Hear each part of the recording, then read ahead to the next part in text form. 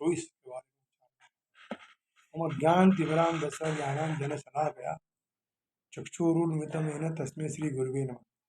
नमो विष्णुपादाय कृष्णप्रेष्ठाय भूतले श्रीमते भक्तिवेदांत स्वामी नमस्ते सरस्वते देवे गौरवाणी प्रचारणे निर्विशेषा शून्यवादी पाश्चात्य देशतान जय श्री कृष्ण चैतन्य प्रभु नित्यानंद श्री अद्वैत गदाधर श्रीवासादि गौर भक्तवृंद हरे कृष्ण कृष्ण कृष्ण हरे हरे हरे राम राम राम हरे हरे।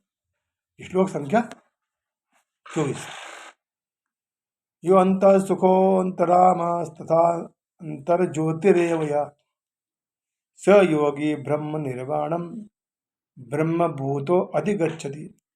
यानी जो अंतःकरण में सुख का अनुभव करता है, जो कर्मठ है और अंतःकरण में ही रमण करता है तथा जिसका लक्ष्य अंतर्मुखी होता है वह सचमुच में संपूर्ण योगी है।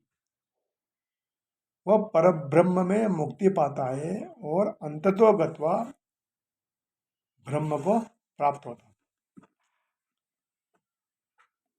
जिसको प्रकृति जन्य बाह्य पदार्थों में सुख प्रतीत नहीं होता है अपितु एकमात्र परमात्मा में ही सुख मिलता है, ऐसे साधक को यहाँ अंतः सुख कहा गया है। परमात्मा के सिवा कहीं भी उसकी सुख बुद्धि नहीं रहती। परमात्मा तत्व में सुख का अनुभव उसे हर समय होता है, क्योंकि उसके सुख का आधार बाह्य पदार्थों का संयोग नहीं होता।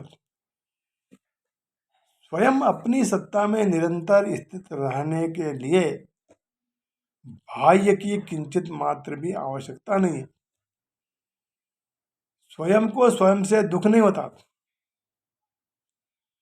स्वयं को स्वयं से अरुचि नहीं होती है। इसी को अंतः सुख कहते हैं। अच्छा, जो सदा के लिए न मिले और सभी को न मिले वह है बाह्य, परंतु जो सदा के लिए मिले और सभी को मिल जाए वह अभ्यंतर है। जो भोगों में रमण नहीं करता अपितु परमात्मा में ही रमण करता है और व्यवहार काल में भी जिसका एकमात्र परमात्मा तत्व में ही व्यवहार हो रहा है, ऐसे साधक को यहाँ अंतराराम कहा गया। इंद्रिय जन ज्ञान, बुद्धि जन ज्ञान आदि जितने भी सांसारिक ज्ञान कहे जाते हैं उन सबका प्रकाशक और आधार परमात्मा का ज्ञान है। जिस साधक का यह ज्ञान हर समय जागृत रहता है उसे यहाँ अंतर ज्योति कहा गया। सांसारिक ज्ञान का तो आदि और अंत होता है, और उस परमात्म तत्व का ज्ञान का न आरंभ है न अंत है, वह नित्य निरंतर रहता है। इसलिए सब में एक परमात्म तत्व ही परिपूर्ण है। ऐसा ज्ञान सांख्य योग में नित्य निरंतर और स्वतः स्वाभाविक रहता है। सब योगी ब्रह्म निर्वाणम ब्रह्म भूतो अधिगच्छति। सांख्य योग का ऊंचा साधक जो है ब्रह्म में अपनी स्थिति का अनुभव करता है, कारण कि साधक में ही मैं स्वाधीन हूं, मैं मुक्त हूं, मैं ब्रह्म में स्थित हूं, इस प्रकार परिच्छिन्नता के संस्कार रहते हैं। ब्रह्मभूत साधक को अपने में परिच्छिन्नता का अनुभव नहीं होता। जब तक किंचित मात्र भी परिच्छिन्नता या व्यक्तित्व शेष है तब तक वह तत्वनिष्ठ नहीं हुआ है। इसलिए इस अवस्था में संतोष नहीं करना चाहिए। ब्रह्म निर्माण इस पद का मतलब है कि जिसमें कभी कोई हलचल नहीं हुई, न ही होगी और न ही हो सकती है, ऐसा निर्वाण यानी शांत ब्रह्म। जब ब्रह्मभूत सांख्य योगी का व्यक्तित्व निर्वाण ब्रह्म में ही लीन हो जाता है तब एकमात्र निर्वाण ब्रह्म ही शेष रह जाता है, अर्थात साधक परमात्मा के साथ अभिन्न हो जाता है, तत्वनिष्ठ हो जाता है, जो कि स्वतः सिद्ध है। ब्रह्मभूत अवस्था में तो साधक ब्रह्म में अपनी स्थिति का अनुभव करता है, पर व्यक्तित्व का नाश होने पर अपनी स्थिति का अनुभव करता है। साधक ब्रह्म ही होकर ब्रह्म को प्राप्त होता है। इस प्रकार हम देखते हैं कि जो अंत है, अंत, इसका अर्थ है परमात्मा, न कि अंतःकरण। कारण कि अंतःकरण में सुख वाले अथवा अंतःकरण में रमण करने वाले या अंतःकरण में ज्ञान वाले मनुष्य को ब्रह्म की प्राप्ति नहीं होती। ब्रह्म की प्राप्ति तो अंतःकरण से संबंध विच्छेद करने पर ही होती है।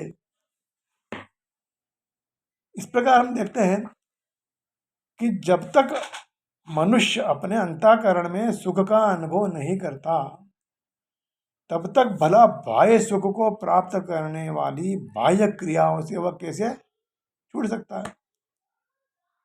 मुक्त पुरुष वास्तविक अनुभव द्वारा सुख भोगता है,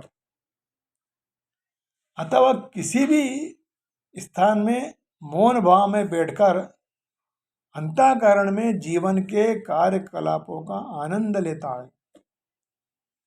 ऐसा मुक्त पुरुष कभी बाह्य भौतिक सुख की प्राप्ति नहीं करता। इस अवस्था को ब्रह्मभूत अवस्था कहते हैं, जिसे प्राप्त करने पर भगवान के धाम को जाना निश्चित है। अच्छा, जो व्यक्ति समाज का कल्याण करने में ही व्यस्त रहता है, वह वास्तव में किसी की भी सहायता नहीं कर सकता। शरीर तथा मन की क्षणिक खुशी संतोषजनक नहीं होती। जीवन संघर्ष में कठिनाइयों का वास्तविक कारण जो है, मनुष्य द्वारा परमेश्वर से अपने संबंध की विस्मृति में ढूंढा जा सकता है। जब मनुष्य कृष्ण के साथ अपने संबंध के प्रति पूर्णतया संचेष्ट रहता है, तो वास्तव में वह उस समय मुक्तात्मा होता है। भले ही वह भौतिक शरीर के जाल में फंसा हो, पर जब कृष्ण के साथ अपना संबंध बना लेता है तो वास्तव में मुक्तात्मा होता है। हरे कृष्ण।